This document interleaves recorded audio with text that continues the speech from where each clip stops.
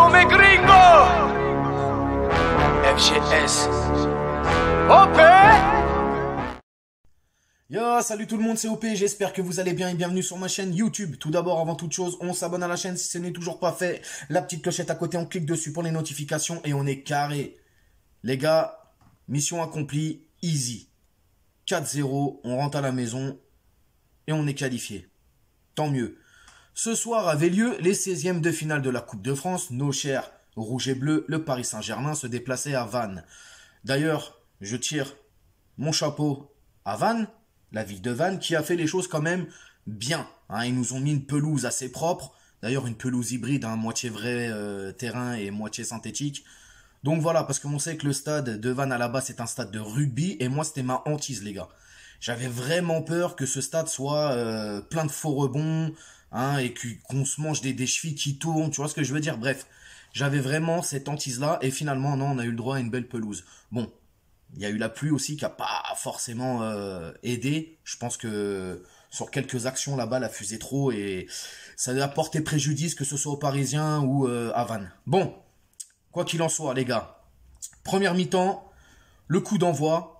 Comme à son habitude, Paris s'est fait rentrer dedans. On a essayé par moments d'avoir de la combinaison, de faire du jeu et tout, mais c'est pareil, on se regardait, parfois ça ne bougeait pas. Et Van a joué, nous a rentré dedans, nous a fait un petit peu mal par moments dans les contacts.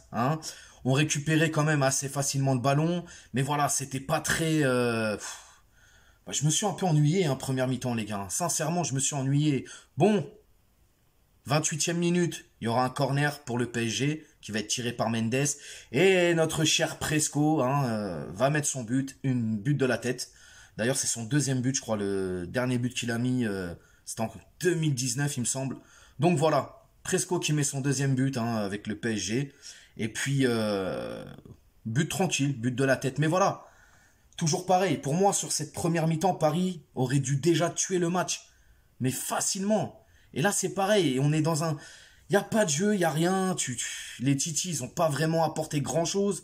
Michu, je suis désolé, mais Michu, c'est devenu Michou, frérot. Il était là, il a glissé, machin. T'avais l'impression qu'il nous faisait le remake du Lac des Cygnes. Frère, on n'est pas chez Danse avec les stars, poteau. Tu vois ce que je veux te dire? Donc voilà, c'était un peu... Même Herrera, il était pas dedans, il était pas bon, il a tout raté à un moment donné, je sais pas, il fait une passe, la balle elle part de l'autre côté. Ouais, c'était bizarre, vraiment bizarre. Ah oui, aussi, on a joué en appel anonyme aujourd'hui. On était en mode masqué, appel masqué, aucun nom sur les maillots. C'est incroyable, jamais vu ça de ma vie. Je crois que c'est la première fois que je vois même les maillots de Coupe de France, il n'y a pas le blaze. Normalement, il y a le nom en bas, là, ils nous ont rien mis du tout. On était en appel anonyme ce soir. Incroyable.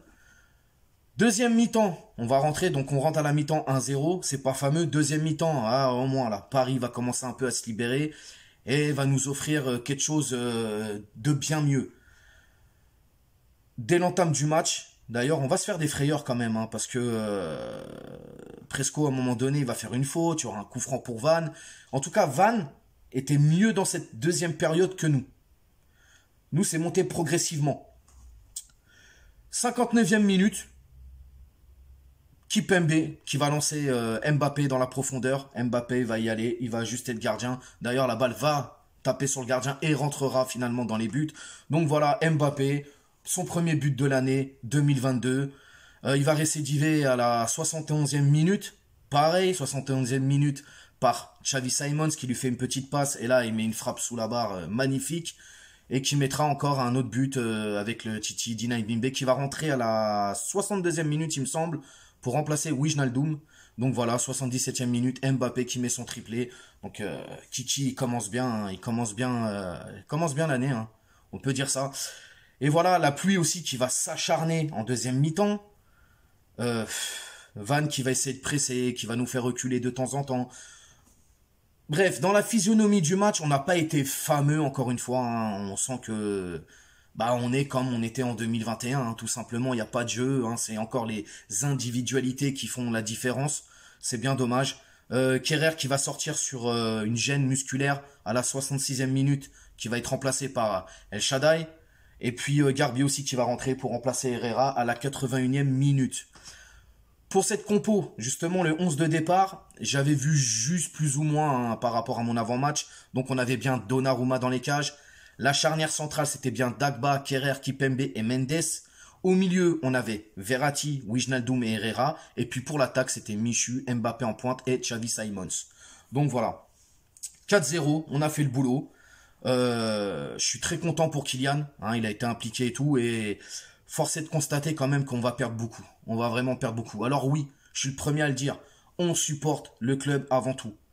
Mais Mbappé, c'est Mbappé. Et je vous dis les gars, quand il va partir, ça va se ressentir vraiment, vraiment, vraiment. Pour les tops et les flops, Mbappé, forcément. Kipembe, parce qu'il a fait une passe décisive. Il a mis son but et je l'ai trouvé plutôt bon.